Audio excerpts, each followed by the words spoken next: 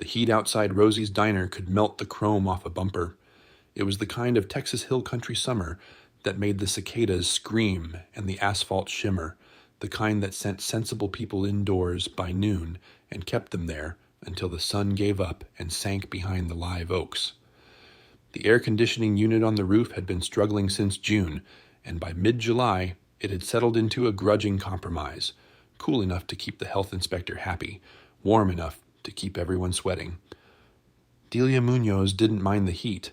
After 23 years at Rosie's, she'd learned that sweat was just part of the uniform, same as the apron and the orthopedic shoes, and the smile she put on every morning, whether she felt it or not. 52 years old, and she could still work a double shift without complaining, could still remember orders without writing them down, still balance 4 plates on one arm, still make small talk with strangers like they were family. What she couldn't do lately was sleep, or eat, or open the mailbox without her hands shaking. 6 months since Hector died. 6 months since she'd found him on the kitchen floor, one hand pressed to his chest, the other reaching for the phone he never got to. The doctor said it was quick, like that was supposed to be a comfort. The funeral home said he looked peaceful, like she hadn't seen his face when they loaded him into the ambulance. The bank said the medical bills were her responsibility now, and the mortgage company said she had 90 days to catch up, or they'd start proceedings. She hadn't told anyone. Not Rosie's son Marcus, who'd inherited the diner when his mother passed and didn't need another problem. Not her regulars, who had their own troubles. Not even Father Diego at St. Michael's, who kept asking her how she was doing and kept getting the same answer. "Fine, Father, I'm fine." The ring hung on a chain around her neck, tucked inside her uniform where no one could see it. Hector's wedding band, the one she'd slipped off his finger at the hospital because she couldn't bear to let them take it. She touched it sometimes without meaning to, her fingers finding the warm metal like a rosary. Saturday afternoons were the busiest shift, and today was no exception. The lunch rush had filled every booth and most of the counter, and Delia moved between tables with the efficiency of a woman who'd stopped thinking about her feet decades ago. Truckers and tourists, families with sticky-fingered kids, an elderly couple sharing a piece of pie, the usual cross-section of humanity that wandered off Highway 290 looking for something that felt like home. And in the big corner booth by the window, the Desert Saints. They came every Saturday around 1 o'clock, 5 or 6 of them on bikes that rumbled into the parking lot like distant thunder. Leather vests, gray beards, tattoos faded by sun and time. They looked like the kind of men mothers warned their daughters about, and maybe once they had been. But Delia had been serving them for 11 years, and she knew better. Gus Harrell, deacon to his brothers, sat at the head of the booth, his back to the wall, the way he always sat. 61 years old, Vietnam veteran, president of the Desert Saints MC for the last 15 years. He had a face like weathered leather and hands that could crush a beer can or cradle a kitten with equal ease. He'd known Hector a little back when Hector used to come in on Saturday afternoons to bring Delia her lunch because he said she never ate enough. They'd talked about the Marines, about motorcycles, about the Astros' chances that year. That was before. Now Deacon just nodded at Delia when she brought his coffee, and she nodded back, and neither of them mentioned the empty space where Hector used to sit. "You doing okay, Delia?" Deacon asked, the same question he asked every week. "Fine," she said. "I'm fine." He looked at her for a moment longer than necessary, those pale blue eyes seeing more than she wanted them to. Then he nodded and turned back to his menu, and Delia moved on to the next table. The man in the booth by the door had been trouble from the moment he walked in. She'd seen his type before. Expensive sunglasses pushed up on his head, polo shirt with a little horse on it. Watch that cost more than her car. He'd looked around the diner like he was cataloging everything wrong with it, then slid into the booth and pulled out his phone without acknowledging her existence. "What can I get you?" she'd asked. "Pen ready." He'd held up one finger without looking at her. One finger, like she was a dog being told to wait. She'd stood there for 2 full minutes while he finished his call, something about a property deal and someone named Chip who was being a complete moron about the easement. When he finally looked up, he'd ordered the most complicated thing on the menu, the chicken fried steak, but with the gravy on the side. And could they make the mashed potatoes with no butter? And was the green salad organic? And actually, could he get the coleslaw instead, but without the mayonnaise, which wasn't really coleslaw anymore, but whatever. His name was Preston Whitmore III, and he was in Fredericksburg to close on a piece of ranch land he was going to turn into a luxury resort development. He'd told her this without her asking, like she should be impressed, like she should be grateful he'd chosen her diner to grace with his presence on his way to making more money than she'd see in 10 lifetimes. She'd brought his food exactly as ordered. She'd refilled his iced tea 3 times. She'd smiled and nodded and said, "Yes, sir," and "Of course," and all the things 23 years had taught her to say. And when he'd finally finished and she'd brought the check, he'd looked at the total, the 1847, and pulled out his wallet with a sigh. "You know," he said, loud enough for half the diner to hear, "I don't understand why people in your position expect tips for doing the bare minimum." Delia's hand froze halfway to picking up his credit card. "Excuse me? Tips." He said the word like it tasted bad. This entitlement culture where everyone expects 20% just for showing up. I mean, what did you do, really? Walked back and forth a few times, wrote down my order?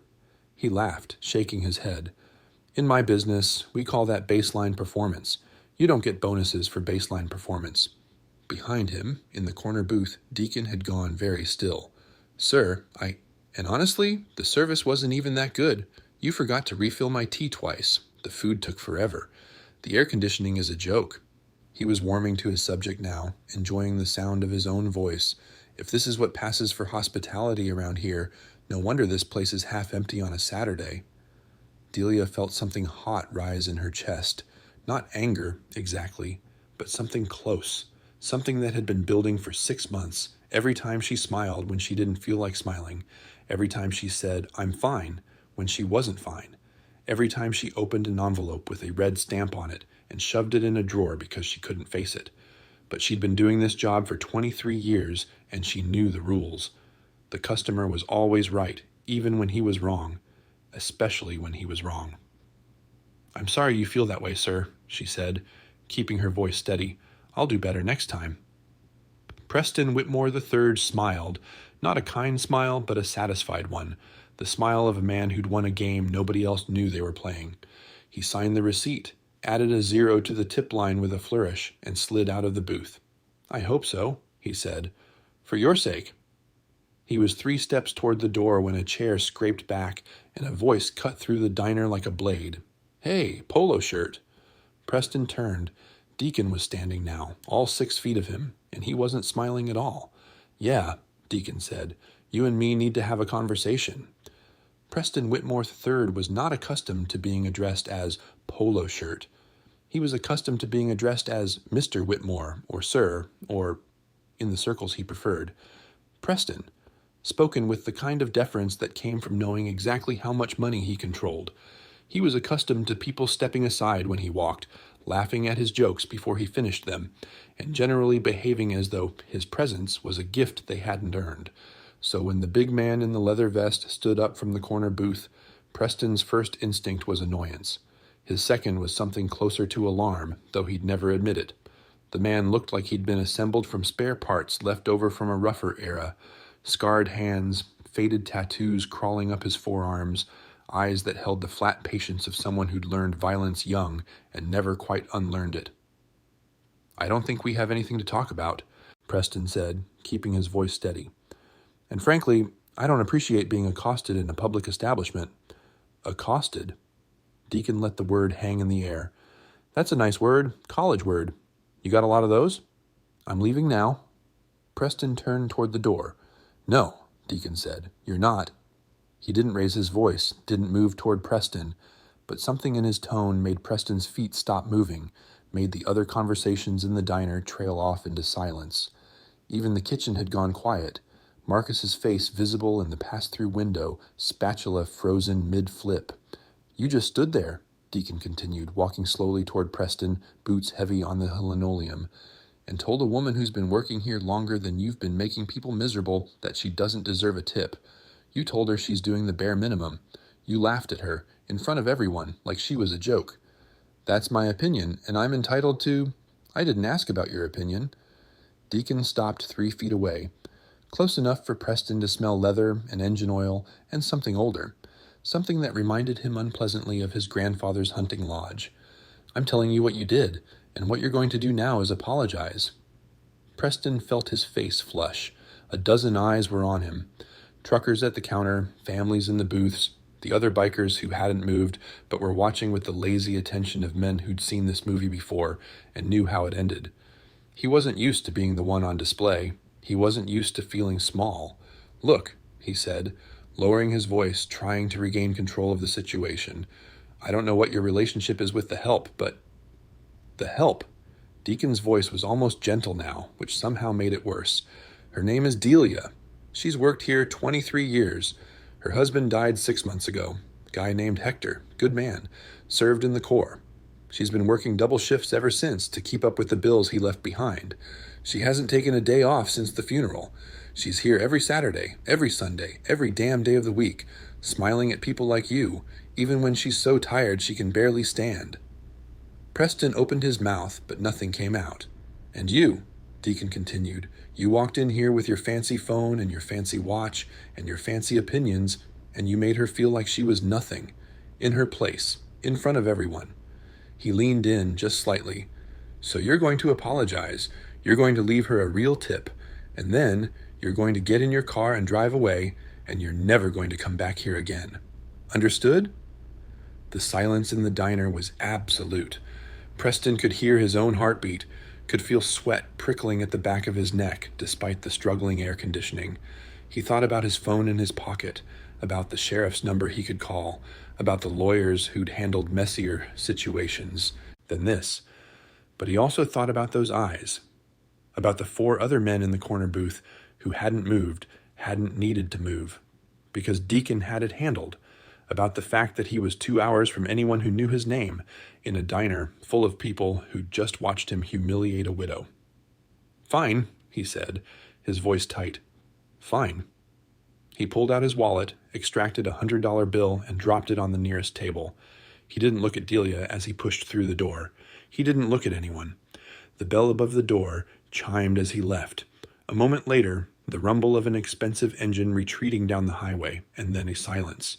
Delia stood frozen behind the counter, the $100 bill lying on the table like an accusation.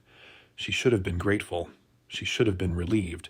Instead, she felt exposed, like someone had peeled back her skin and shown everyone what was underneath. The fear, the exhaustion, the desperate, barely holding on of it all. "Delia."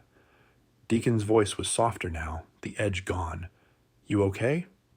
"I'm fine," she said automatically. Then, before she could stop it, "I didn't need you to do that." Something flickered across his face, surprise maybe, or recognition. He nodded slowly, picked up the $100 bill, and held it out to her. "Yeah," he said. "I know." She didn't take it. She turned and walked into the kitchen, past Marcus, who wisely said nothing, through the back door into the alley where the dumpsters sat, and the cicadas screamed, and no one could see her press her hands against her eyes and try to remember how to breathe. The ring on its chain was warm against her chest. She gripped it through her uniform and squeezed until the metal bit into her palm. 20 minutes later, she came back inside, apron straight, smile in place. The diner had returned to its usual rhythm. Forks scraping plates, coffee pouring, the low murmur of conversation. The bikers were finishing up, Deacon counting out bills to cover their tab, and then some. He caught her eye as she passed, but he didn't say anything. Just nodded, like before, like always. She nodded back and kept walking. That night, after close, Delia sat in her car in the parking lot and stared at the stack of envelopes she'd been avoiding for weeks. Electric bill, 2 months overdue. Medical bills from the hospital, from the ambulance, from the cardiologist Hector had never gotten to see.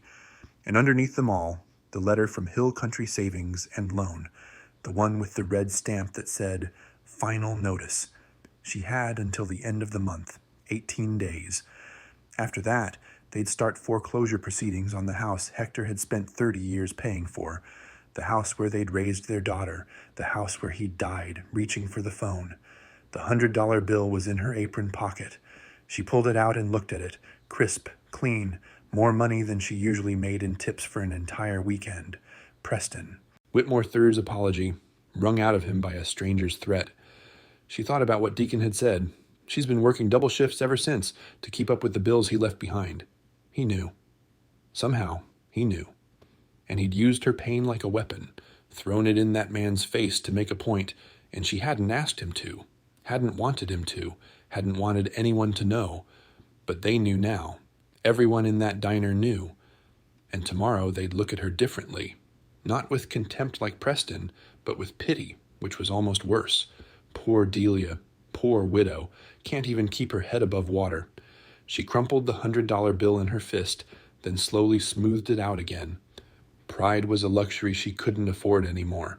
She tucked the bill into the stack of envelopes and started the car. 18 days. She'd figure something out. She always did. The next morning, she woke to a voicemail from Marcus. His voice was strange, tight with something she couldn't identify. "Delia, I need you to come in early. There's a situation. That guy from yesterday, the one with the polo shirt, he's threatening to sue. Says he was harassed and intimidated. Says he's got lawyers." A pause, a heavy breath. "He's also talking to the Fredericksburg Standard. Reporter's been calling all morning. I don't know what this means for the diner, but just come in, okay? We need to figure this out." She sat on the edge of her bed, the phone pressed to her ear, and felt the ground shift beneath her feet. 18 days, and now this. Hector's ring was still warm from sleep. She touched it, closed her eyes, and tried to imagine what he would tell her to do. But Hector had always been the one with answers. Hector had always been the one who made things right, and Hector was gone. She got dressed, made coffee she didn't drink, and drove to the diner in the pale pink light of a Texas morning. The heat was already building, the cicadas already screaming, and somewhere out there, Preston Whitmore III was making phone calls to people who had the power to take what little she had left, but she kept driving. Because that's what you did. That's what 23 years had taught her. You showed up, you smiled, you said, "I'm fine." And you hoped, against all evidence, that someday it would be true.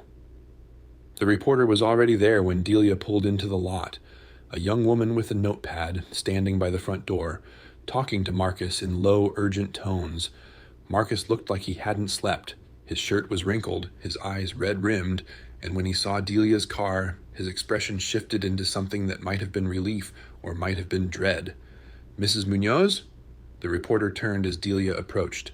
"I'm Sarah Chen with the Fredericksburg Standard. I was hoping to ask you a few questions about the incident yesterday." "There's nothing to talk about," Delia said, not slowing down. "Just a misunderstanding. Mr. Whitmore says he was threatened by a group of bikers. He says they surrounded him, intimidated him, forced him to hand over money." Sarah fell into step beside her. "He's claiming assault. He says you were involved." Delia stopped, her hand on the diner's door handle. "I wasn't involved in anything. I was doing my job." "He says you provoked the confrontation, that you complained to the bikers about your tip, and they—" "I didn't complain to anyone." Delia's voice came out sharper than she intended. "I did my job. I served his food. I smiled. And he decided to tell me, in front of everyone, that I was worthless. That's what happened. That's all that happened." Sarah's pen hovered over her notepad. "And the bikers? They're customers. They've been coming here for years. What they did or didn't do isn't my business." She pushed through the door before Sarah could ask anything else. Inside, the diner was empty, except for Marcus, who followed her in and let the door swing shut behind him. "This is bad, Delia." He slumped into a booth, running his hands through his hair. "Whitmore's not just some random guy. I did some digging last night. His family owns half the commercial property in Austin. His uncle's a state senator. He's got lawyers on retainer who specialize in making people's lives miserable." "So what are you saying?" "I'm saying he could bury us. Frivolous lawsuit, sure, but we'd have to pay to defend it. The legal fees alone could shut us down." Marcus looked up at her, and she saw the fear in his eyes, the fear of a man who'd inherited his mother's dream and didn't know how to protect it. "And if this story runs, if people start thinking we're the kind of place where customers get threatened, that's it. That's the reputation. We're done." Delia sat down across from him, her legs suddenly unsteady. She thought about the stack of envelopes in her car, the 18 days, the mortgage on a house she couldn't afford, and a job that might not exist by the end of the month. "What do you want me to do?" she asked. Marcus was quiet for a long moment. The reporter wants a statement, something that makes it clear the diner wasn't involved, that we don't condone what happened. He paused, choosing his words carefully. She wants you to say the bikers acted on their own, that you didn't know them, that you're just as upset about what happened as Whitmore is. You want me to lie. I want to save my mother's diner. His voice cracked on the word mother. I want to save your job. I want this to go away so we can all get back to normal. Is that so wrong? Delia thought about Rosie, round-faced, loud-laughing Rosie, who'd hired her 23 years ago when she was a young mother with no experience and no references, and a husband who was working 2 jobs to keep them afloat. Rosie, who'd taught her how to carry plates and handle complaints and find joy in the small kindnesses that passed across a diner counter. Rosie, who'd held her hand at Hector's funeral and told her to take all the time she needed, even though Rosie herself was already sick by then, already fading. She thought about Marcus, who wasn't his mother, but was trying to be, carrying a weight he'd never asked for. And she thought about Deacon, standing in the middle of the diner, saying her name like it mattered, like she mattered. I can't, she said quietly. I can't say I don't know them. I can't pretend what that man said to me was okay. Delia, he called me worthless, Marcus, in front of everyone. He looked at me like I was dirt on his shoe, and he laughed. She felt the heat rising in her chest again, the same heat she'd pushed down yesterday. And Deacon, he was the only one who said anything, the only one who stood up. I'm not going to throw him under the bus to make some rich man feel better about being embarrassed. Marcus stared at her. Even if it cost you your job? The question hung in the air between them. Delia touched the ring beneath her uniform, felt its familiar warmth, and thought about Hector, about the kind of man he'd been, about what he would have done. Yes, she said, even then. The door opened behind them, and the bell chimed its familiar note. Delia turned, expecting the reporter, expecting more questions she didn't want to answer. Instead, she saw Deacon. He stood in the doorway, the morning light behind him, his face unreadable. Behind him, through the window, she could see 3 other bikes in the lot. Reno, the club's vice president, and 2 younger members whose names she'd never learned. Heard there was trouble, Deacon said. Figured I'd come see for myself. Marcus stood up, his body tense. Mr. Harrell, with all due respect, you being here right now is not helping the situation. Maybe not. Deacon walked to the counter, pulled out a stool, and sat down like he owned the place. But I'm not in the habit of letting other people clean up my messes. Your mess? Marcus's voice rose. You're the one who caused this. You threatened a customer in my diner, and now he's threatening to sue us into the ground. Do you have any idea what that means? Do you have any idea what this could do to us? I know exactly what it could do. Deacon's voice was calm, unbothered. That's why I'm here. He reached into his vest pocket and pulled out a folded piece of paper. Delia recognized it.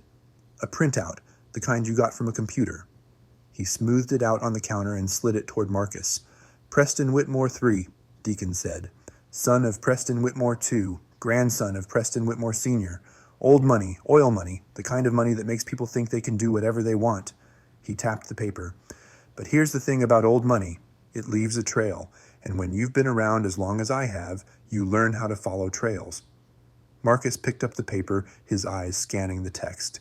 His face went pale, then red, then something in between. This is 3 complaints filed against Whitmore with the Texas Workforce Commission, all from employees at his properties, all alleging harassment, wage theft, hostile work environment. Deacon leaned back on his stool. One of those employees was a woman named Maria Esperanza, worked as a housekeeper at one of his hotels in Austin.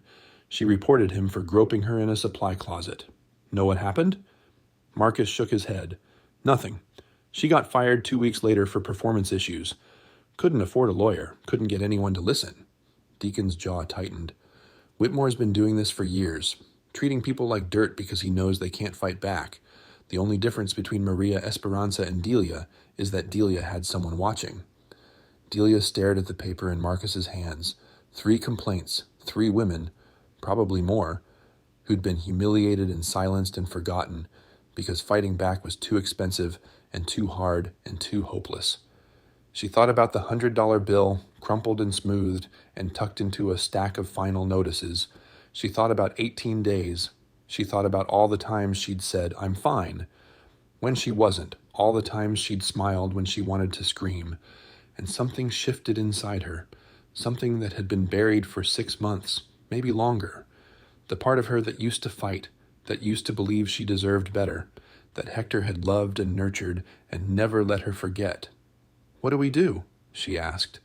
Deacon looked at her, and for the first time since she'd known him, he smiled. Not a big smile, just a small crease at the corner of his mouth, a softening of those weathered features. "We give that reporter a different story," he said, "one that's actually true." The door opened again and Sarah Chen stepped inside, notepad in hand, eyes darting between the bikers at the counter and Marcus still holding the printout. "I heard there was new information," she said. "Someone called our tip line, said I should come back and ask about Preston Whitmore's employment history." Deacon stood up, straightened his vest, and extended a hand. "Ma'am," he said, "why don't you have a seat? We've got a lot to talk about." By noon, the diner was full, not with customers, but with people who'd heard through the grapevine that something was happening at Rosie's, old-timers who'd known Delia for decades, truckers who'd been stopping in for years, members of the Desert Saints who'd ridden in from Kerrville and Bourne and as far as San Marcos. They filled the booths and lined the counter and spilled out into the parking lot, drinking coffee and swapping stories and waiting to see what would happen next. Sarah Chen had been on the phone for an hour, talking to editors and fact-checkers, and eventually to Maria Esperanza herself, who'd agreed to go on the record for the first time in 3 years. And Delia sat in the corner booth where the bikers usually sat, Hector's ring warm against her chest, and felt something she hadn't felt in 6 months. Not hope, exactly. Not yet. But something close. Something that made her sit up straight and lift her chin and look at the room full of people who'd shown up, not out of pity, but because they believed she was worth showing up for. Deacon slid into the booth across from her, 2 cups of coffee in his hands. He set one in front of her and wrapped his scarred fingers around the other. "You okay?" he asked. She thought about it, really thought about it for the first time in months. "No," she said, "but I think I might be. Eventually." He nodded like that was exactly the right answer. "That's all any of us can do," he said. "Show up, keep going, wait for eventually." Outside, the Texas sun beat down on the parking lot, and the cicadas screamed their endless song, and somewhere in Austin, Preston Whitmore III was about to learn that some people weren't as easy to silence as he'd thought. The story broke online at 4 o'clock that afternoon, before the print edition even went to bed. Sarah Chen had written it fast, but she'd written it right. Every claim sourced, every accusation backed up, every detail checked and double-checked, until even the Standard's notoriously cautious editor had signed off. The headline read, "Local businessman threatens lawsuit after confrontation," but his own employees tell a different story. By 6 o'clock, it had been picked up by the Austin American-Statesman. By 8, it was trending on Twitter. By midnight, 3 more women had come forward with their own stories about Preston Whitmore III, and his family's PR firm had issued a terse no comment that fooled absolutely no one. Delia watched it all unfold from her living room, sitting in Hector's old armchair with her phone in her hand and the television muted in the corner. She should have felt vindicated. She should have felt triumphant. Instead, she just felt tired. The deep, bone-level exhaustion of someone who'd been running on fumes for 6 months and had finally stopped long enough to notice. The ring on its chain lay in her palm, warm from her skin. She turned it over and over, the way Hector used to do when he was thinking, and tried to imagine what he'd say if he were here. "You did good, mi amor. You stood up. Now get some sleep." She almost smiled. Almost. The next morning, she drove to the diner expecting chaos. What she found instead was a line out the door. They'd come from all over the hill country. People who'd read the story, people who'd seen it shared on Facebook, people who just wanted to shake the hand of the waitress who'd stood up to a bully. They filled every booth and every stool, and when they ran out of seats, they stood along the walls, drinking coffee and eating pie and talking about what had happened like it was already legend. Marcus moved through the crowd with a dazed expression, refilling cups and taking orders and occasionally stopping to stare at the register like he couldn't believe the numbers he was seeing. He caught Delia's eye as she tied on her apron, and something passed between them. Not an apology exactly, but an acknowledgement, a recognition that they'd both been scared, and they'd both done what they thought was right, and somehow it had worked out anyway. Deacon and the Desert Saints were in their usual booth, surrounded by well-wishers and curious onlookers. Deacon looked uncomfortable with the attention.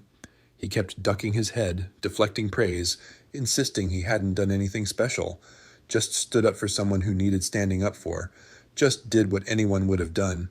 But Delia knew that wasn't true. Anyone wouldn't have done it. Most people would have looked at their plates and pretended not to hear. Most people would have told themselves it wasn't their business, wasn't their problem, wasn't worth the risk. Deacon had risked it anyway, and now he was sitting in a booth, surrounded by strangers who wanted to buy him coffee, and he looked like he'd rather be anywhere else. She brought him a fresh cup without being asked. He looked up at her, those pale blue eyes holding something she couldn't quite name.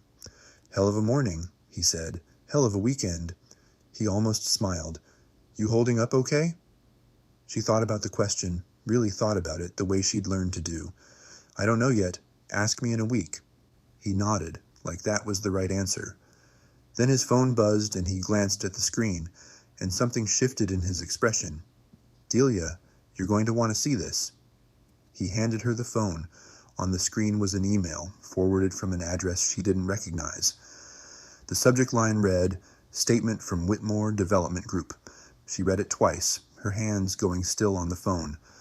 "In light of recent allegations, Preston Whitmore III has voluntarily stepped down from his position as CEO of Whitmore Development Group. Mr. Whitmore will be entering a treatment program to address personal issues, and we ask that the media respect his privacy during this difficult time. Additionally, Mr. Whitmore has withdrawn all legal threats against Rosie's Diner and its employees, and has instructed his representatives to make a donation to the Hill Country Food Bank in recognition of the hard work done by service industry workers throughout Texas." Delia read it a third time, waiting for the catch, for the fine print that would take it all back. There wasn't any. She handed the phone back to Deacon and sat down heavily in the booth across from him. The noise of the diner seemed far away, muffled by the ringing in her ears. "He quit," she said. "Looks like. He's going to treatment." "So he says." She shook her head, trying to make it make sense. "I didn't want this. I didn't want to ruin his life. I just wanted him to leave me alone." Deacon was quiet for a moment. When he spoke, his voice was softer than she'd ever heard it. "You didn't ruin his life, Delia. He did that himself a long time. Ego. You just made sure people finally noticed." He leaned forward, his forearms on the table. "There's a difference between revenge and consequences. What happened to Whitmore? That's consequences. For years of treating people like they didn't matter. For thinking his money made him untouchable. He's not going to treatment because you hurt him. He's going because he finally ran out of places to hide." Delia touched the ring beneath her uniform. She thought about Maria Esperanza, who'd been silent for 3 years and was finally being heard. She thought about the other women who'd come forward, their stories spilling out now that they knew they weren't alone. She thought about Preston Whitmore III, sitting in some expensive office somewhere, watching his carefully constructed life crumble because a waitress in Fredericksburg had refused to be quiet. "I still feel sorry for him," she said. "Is that stupid?" "No," Deacon said. "That's human." The door opened and Delia looked up to see a woman she didn't recognize. Mid-30s, professional dress, carrying a leather briefcase. She scanned the room until her eyes landed on Delia, and then she walked over with the kind of purposeful stride that suggested she wasn't here for coffee. "Mrs. Munoz, I'm Angela Reyes from the Texas Service Workers Coalition." She extended a hand, and Delia shook it automatically. "I've been following your story. Actually, we've been following Preston Whitmore for years. We just never had anyone willing to go on the record, until now." Delia glanced at Deacon, who shrugged. "What can I do for you?" she asked. Angela sat down, pulling a folder from her briefcase. "I'll get to the point. The coalition has a fund, donations from supporters, labor unions, people who believe in fair treatment for workers. We use it to help people in situations like yours. Legal fees, mostly. Sometimes other things." She slid the folder across the table. Inside was a check, made out to Delia Munoz for an amount that made her vision blur. "This isn't charity," Angela said. "It's recognition. You spoke up when no one else would. You gave Maria Esperanza and those other women the courage to tell their stories. That matters. That's worth something." Delia stared at the check.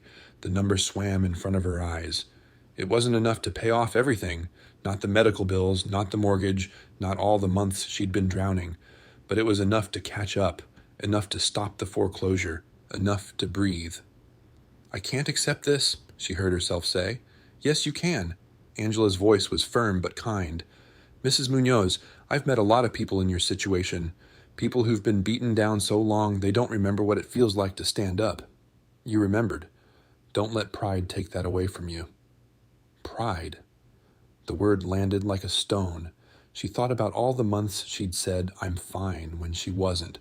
All the times she'd refused help because accepting it felt like admitting she couldn't do it alone. She thought about Hector, who'd never been too proud to ask for help, who'd built a life with her by accepting kindness where he found it and passing it on where he could. "Okay," she said. The word came out rough, scraped from somewhere deep. "Okay, thank you." Angela smiled and stood. "Thank you for reminding people what courage looks like." She left a card on the table and walked out into the Texas sun. Delia sat there, the check in her hand, the ring warm against her chest, and felt something crack open inside her. Not pain this time, something softer, something that might have been relief or gratitude or the first tentative stirring of hope. Deacon was watching her with an expression she couldn't read. "You're going to be okay," he said. It wasn't a question. "Maybe." She looked at the check again, then folded it carefully and tucked it into her apron pocket, next to the crumpled $100 bill she'd never gotten around to spending. "Maybe I am." The diner hummed around them, voices and laughter and the clink of coffee cups, the sounds of a community gathering around one of its own. Outside, the motorcycles gleamed in the afternoon light, and the heat shimmered off the parking lot, and somewhere a mockingbird was singing its borrowed songs. Delia stood up, smoothed her apron, and went back to work. There were tables to clear, coffee to pour, people to feed, and for the first time in 6 months, she didn't have to pretend she was fine, because she was starting to think that maybe, just maybe, she actually might be. 3 months later, the heat finally broke. It came in early October, a cold front sweeping down from the panhandle that dropped the temperature 30 degrees in a single afternoon. The cicadas went quiet, the live oaks began to turn, and for the first time since May, Delia walked out to her car after a Saturday shift and didn't feel like she was swimming through soup. Rosie's diner looked different now. Marcus had used the surge in business to finally fix the air conditioning, replace the cracked vinyl in the booths, and install a new sign out front, hand-painted, with Rosie's name in bright red letters and a little motorcycle etched in the corner. A tribute, he'd said, to the people who'd saved them. The lunch rush had been steady but manageable. Old Emmett Walsh had come in for biscuits, same as always. A family with 3 kids had taken the big booth by the window, the youngest one drawing pictures on the paper placemats while her parents argued good-naturedly about where to stop next. Truckers at the counter, tourists passing through, the usual Saturday cross-section, and in the corner booth, the Desert Saints. Deacon sat in his usual spot, back to the wall, nursing a cup of coffee that had gone cold an hour ago.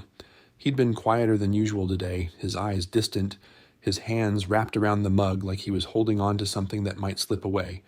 Delia brought him a fresh cup without being asked. He looked up at her, and she saw something in his face she hadn't seen before. Not sadness exactly, but something close. A weight. "You okay?" she asked. He was quiet for a moment. Then he reached into his vest pocket and pulled out a photograph.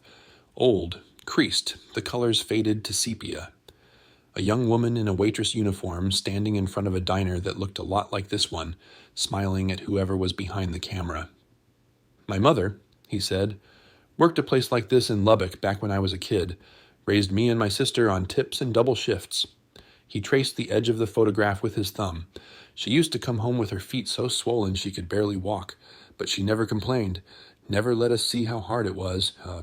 Delia sat down across from him, the way she'd done that first morning after everything changed. She didn't say anything. She just waited. "She died when I was 19, Deacon continued. "Heart attack, right there behind the counter. They said it was the stress, the years of working too hard for too little.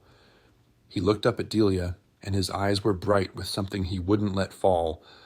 When I saw that man talking to you, when I heard what he said, I wasn't just seeing you, I was seeing her. All the time someone made her feel small, and nobody said a damn thing. He put the photograph back in his pocket, next to whatever else he carried there. The things that mattered, the things that stayed. I should have told you that before, he said. Why I stood up. It wasn't just about doing right, it was personal. Delia reached across the table and covered his hand with hers. His skin was rough, weathered by years and road and sun, but warm underneath. Thank you, she said, for seeing her, for seeing me. He nodded once. Then he picked up his coffee, took a sip, and made a face. This is cold. I just brought you a fresh cup.